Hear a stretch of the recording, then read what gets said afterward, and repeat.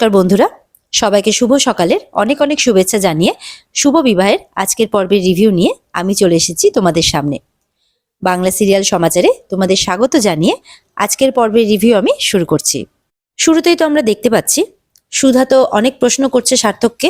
বলে, তুমি যদি সার্থক হয়ে থাকো তাহলে বলো যে তোমার বাবারা কয় ভাই, আর সব থেকে বড় ভাইয়ের নাম বলো। সার্থক তো ঠিকঠাক বলে দেয়।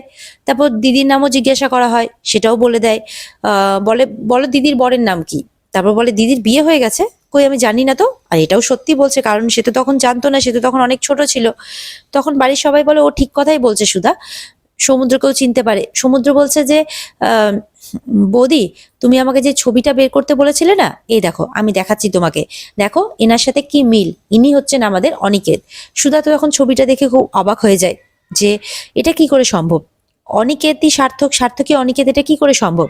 তখন সুধা আবারও সার্থকের কাছে যায়, বলে যে তুমি যদি সত্যি অনিকেত হয়ে থাকো তাহলে এতদিন তুমি কোথায় ছিলে, তোমার যদি সবকিছু মনেই থাকে তাহলে তুমি কোথায় ছিলে এতদিন পর্যন্ত, সেটা আমাকে বলো।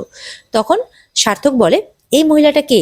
তখন থেকে আমাকে প্রশ্ন করে যাচ্ছে কে এই মহিলা, এমন ভান দেখাচ্ছে, ভান করছে যেন সে খুব উত্তেজিত হয়ে পড়েছে। বলে, কে এই মহিলা। তখন তেজ বলে, উনি আমাদের বাড়িরই লোক, তুমি অত উত্তেজিত হবে না। নার্সও বলছে যে আপনারা বেশি কথা বলবেন না, ওনার অবস্থা খুব ক্রিটিক্যাল, আপনারা ভালো করে জানেন ওনার খুব বড় অ্যাক্সিডেন্ট হয়েছে, তাই এইভাবে ওনাকে উত্তেজিত করবেন না। তখন অনিকেতের বাবা মানে ছোটকা তাকে সামলায়। অনিকেত বলছে, আমার কিচ্ছু মনে নেই, আমি এতদিন কোথায় ছিলাম, কি করছিলাম, আমি কি করে হসপিটালে এলাম, আমার কিচ্ছু মনে পড়ছে না। এরকম একটা অভিনয় করছে সে এখন। এদিকে সুধা তখন মনে মনে বলছে, এবার আমি কি করে এটা প্রমাণ করব যে এই সার্থক, আর এ যে অনিকেত, সে যে এখন নেই, সেটাই বা আমি কি করে বুঝবো। সেই মুহূর্তে তখন ডাক্তার আসে সেখানে, আর সার্থকের চিকিৎসা করতে থাকে। এমনকি সার্থক এটাও ভান করছে যে সুধাকেও সে নাকি চিনতে পারছে না। সুধা তো ওটাই চিন্তা করছে যে আমাকেও কেন চিনতে অস্বীকার করছে, আর ডাক্তাররাই বা ওকে নিয়ে এত কিসের পড়েছে, মানে ওর যে সত্যি সত্যি একটা সিরিয়াস অ্যাক্সিডেন্ট হয়েছে সেটা সুধা কিছুতেই মানতে চাইছে না। সুধা তখন বিরক্ত হয়ে ডাক্তারকে জিজ্ঞাসা করছে, আচ্ছা আপনারা বলবেন প্লিজ যে ওনার কি হয়েছে।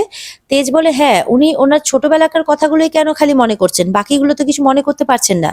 বলে, আসলে অত উঁচু থেকে পড়েছে তো, মাথায় অনেক চোট পেয়েছে, সেই জন্যই মনে হয় যে ওনার মেমোরি লস হয়েছে, উনি ওনার বিগত কয়েক বছরের স্মৃতি একদম ভুলে গেছেন।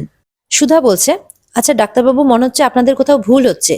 তখন ডাক্তার বলছে, যদি আপনাদের সন্দেহ থেকে থাকে আমার ট্রিটমেন্টে তাহলে আপনি অন্য ডাক্তার দেখাতে পারেন। জ্যোৎস্না বলে, এমা না না, সেটা আমরা কেন করতে যাব। ছোটকা বলছে যে তাহলে কি ওর স্মৃতি কোনোদিনই ফিরবে না। ডাক্তারবাবু বলছেন যে এই মুহূর্তে কিছু বলা যাচ্ছে না। ছোটকা তেজকে গিয়ে বলছে যে আমি আমার ছেলেকে ফিরে পেলাম, আমি তো ভাবতেই পারছি না, এত বছর পর আমি আমার অনিকেতকে ফিরে পেলাম, খুব খুশি ছোটকা। তখন আবারও দৌড়ে আসে সুধা, সুধাকে দেখে কিন্তু তেজ আটকে দেয়। সুধাকে নিয়ে তখন অন্য জায়গায় যায়, গিয়ে বলে, সুধা আপনি এরকমটা কেন করছেন, আপনি তো পরিবারকে জুড়ে রাখতে চান, তাহলে আজকে আপনি কেন এরকমটা করছেন। এতদিন পর আমি আমার ভাইকে ফিরে পেলাম, আর আপনি এইভাবে এখনো বিশ্বাস করতে চাইছেন না কেন।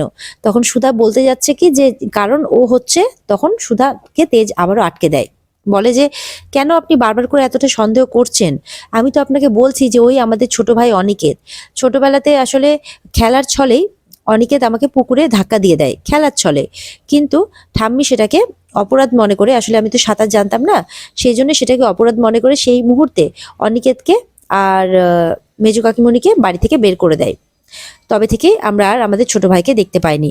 আসলে ওর বাবা মায়ের মধ্যে অশান্তি লেগেই থাকতো, তো তো সেই জন্যই বাচ্চাটাও না একটু উচ্ছৃঙ্খল হয়ে উঠেছিল, তো যার জন্যই ঠাম্মি খুব একটা পছন্দ করতেন না।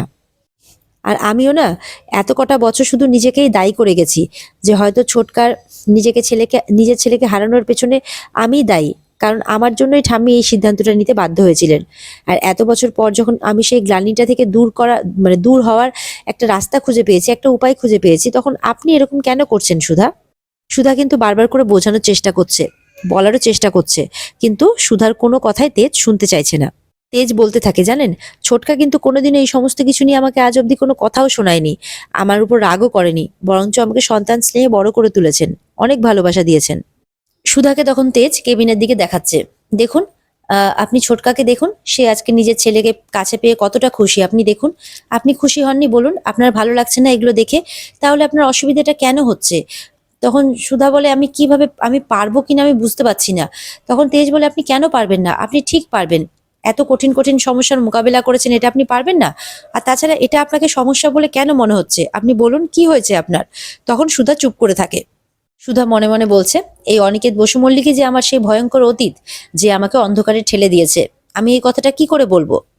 হয়তো মনে মনে সুধা এটাও ভাবছে যে বলতে গেলে এতদিন পর ছেলেকে কাছে পাওয়ার যে আনন্দ ছোটকার, সেটাও হয়তো কোথাও না কোথাও মুছে যাবে। সেই কথাগুলো হয়তো ভাবছে মনে মনে সুধা, যার জন্য বলতে পারছে না। এরপরে তো আম, আহ, সার্থককে আর কি ডিসচার্জ করার সময় এসে গেছে। নার্স এসে বলছে তেজদেরকে, তেজরা বলছে হ্যাঁ আপনারা সমস্ত ফর্মালিটিস যা যা আছে বলুন, আমরা করে দিচ্ছি। নার্স বলে একটা সমস্যা আছে, উনি তো কাউকে চিনতে পাচ্ছেন না, ওনার নাম ঠিকানাও বলতে পারছেন না, তাহলে আমরা ডিসচার্জটা করি কি করে? তখন তেজ বলে আপনি চিন্তা করবেন না, ও আমাদের পরিবারেরই ছেলে, আমরা ওকে বসু মল্লিক বাড়িতে নিয়ে যাব, আপনি সমস্ত রেডি করুন, আমি করে দিচ্ছি। তখন নার্স রাজি হয়ে যায়। এদিকে তো তেজের বাড়ির লোক অপেক্ষা করছে, কখন আসবে কখন আসবে, কিছুতে আসছে না কেন।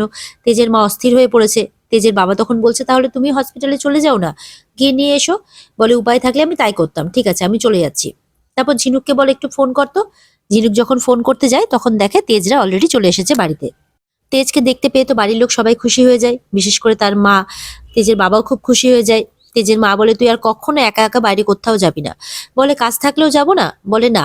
বলে মা দেখো অ্যাক্সিডেন্ট কি বলে কয়ে আসে নাকি? বলে আচ্ছা এখন সেসব কথা থাক, এখন তুই বস।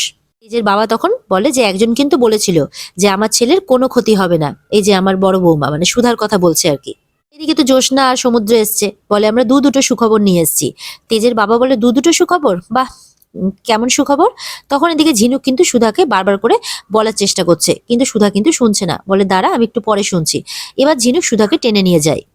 ঝিনুক তখন সুধাকে সব কথা বলাতে সুধা বলে আমি সবটাই জানি, যে সার্থক ওনার ভাই, কিন্তু সার্থক এখন বর্তমানে আমাকে চিনতে পারছে না, কেন কি এসব বৃত্তান্ত আমি তোকে পরে বলছি। এরপর তো তেজ বলছে বাড়ির লোককে যে আমি কিন্তু এবার একা আসিনি, আমার সঙ্গে আরেকজনকে নিয়ে এসেছি। তখন তেজ নিজের সঙ্গে সার্থককে নিয়ে আসে আর কি। সার্থককে দেখে তো সবাই একটু অবাক হয় যে এই কে। তখন ছোটকা পরিচয় দেয় যে এই আমার ছেলে। তখন তেজের মারা খুব খুশি হয়ে যায় যে এই আমাদের অনিকেত। তারপরে ছোটকা অনিকেতের সাথে সবার পরিচয় করিয়ে দেয়। তেজের মারা বলছে আমি বড় মা, মেজমা বলছে আমি মেজমা। সবাইকে এখনো ঠিক মতো চিনতে না পারলেও মোটামুটি সবার সাথে পরিচয় হয়। এরপরে শিলাকে বলা হয় তার ঘরটা খুলে দেওয়ার জন্য। আর ঝিনুক তো খুব রেগে গেছে। ঝিনুক বলে যে ওকে বাড়ি নিয়ে এলো আর তুই শুনে নিলি, তুই কোনো কিছু বললি না। সুধা তো চুপ করে থাকে। তখন ঝিনুক বলে কেউ না বললে আমি বলে দেবো। তারপর যখন বলতে যাবে তখন ভাবে যে আমি যদি আবার বলে দিই তাহলে তো দিদি আর জামাইবাবুর জীবনে আবার তাদের সম্পর্কে টানাপোড়েন শুরু হয়ে যাবে। এই ভেবে ঝিনুক আবার তার দিদির কাছে যায়। সুধা এখন কাউকে কিছু বলতে চায় না, সেটা ঝিনুককে বলে দেয়। এদিকে অনিমেষ আর তার বউ, অনিমেষ বলছে যেই ছেলেকে ঠাম্মি বাড়ি থেকে বের করে দিয়েছিল সে আবার বাড়িতে ফিরে এলো, আর কত সদস্য বাড়বে এই বাড়িতে, মানে তাদের ভাগটা তো আস্তে আস্তে কমে যাচ্ছে, সেটাই ভাবছে আর কি। ঝিনুককে বলছে আমি নিশ্চয়ই বলবো আর সব বলবো, কিন্তু একটু সময়ের অপেক্ষা। দাদু বলছে তোমার ঠাম্মি নিজের বুকে পাথর চাপা রেখে ওদেরকে বাড়ি থেকে বের করে দিয়েছিল। তেজ বলছে হ্যাঁ সবটাই তো আমার জন্য হয়েছিল, এবার আমি সেই প্রায়শ্চিত্তটা করতে চাই, ঠাম্মির সঙ্গে আমি কথা বলে নেব। এরপরে তেজ তার ভাইকে নিজের ঘরে নিয়ে যায়। যাওয়ার সময় সুধার সামনে গিয়ে দাঁড়িয়ে পড়ে সার্থক। বলে ইনি কে? তেজ তখন বলে এ তোর বৌদি। তখন বলে ও আচ্ছা বৌদি। তখন বৌদি বলে বৌদিকে নমস্কার করে। আর এখানেই আজকের পর্ব শেষ হয়ে যায়। তো বন্ধুরা, এই ছিল আজকের পর্বের রিভিউ। যদি ভালো লেগে থাকে তাহলে অবশ্যই পর্বকে লাইক কমেন্ট আর চ্যানেলকে কিন্তু সাবস্ক্রাইব করতে ভুলবে না। দেখা হবে আগামী পর্বে, আগামীকালকে নতুন পর্বের রিভিউ নিয়ে। আর পর্ব অবশ্যই ভালো লেগে থাকলে আর এর বিস্তারিত দেখতে চাইলে স্টার জলসার পর্দায় তোমরা অবশ্যই নজর রাখবে। তাহলে ভালো থেকো সবাই, টাটা।